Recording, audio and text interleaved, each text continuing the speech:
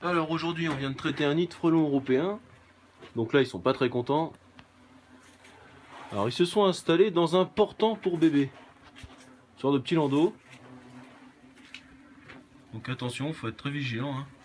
Si vous revenez de vacances et que vous allez dans une cabane de jardin, toujours se méfier. Hein. La personne voulait faire un petit peu de rangement par là et puis c'est la surprise quoi. Hein. Alors on va ouvrir un petit peu voir comment tout ça est fait à l'intérieur. Tenez, regardez la reine qui sort juste à ce moment-là. Elle fait facilement 1,5 cm plus que les autres. Regardez ça.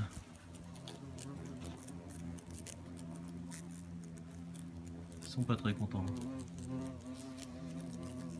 Regardez ça.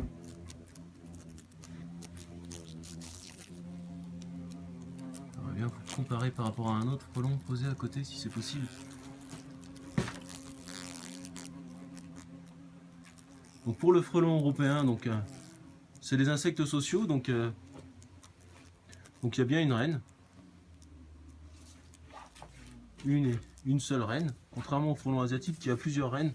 C'est la raison pour laquelle on laisse les nids de frelons asiatiques une fois les avoir traités. C'est pour être sûr que le soir, quand ils rentrent dans leur nid, ils soient morts.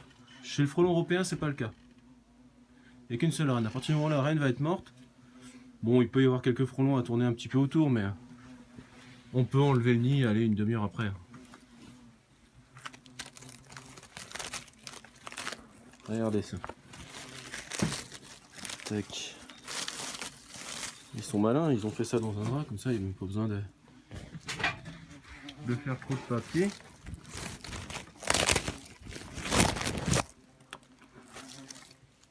C'est sûr que si vous avez l'intention de faire une petite sortie en famille,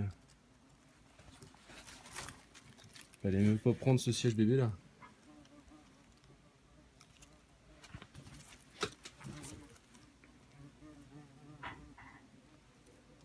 Donc voilà, encore une fois, soyez très vigilants quand vous revenez de vacances.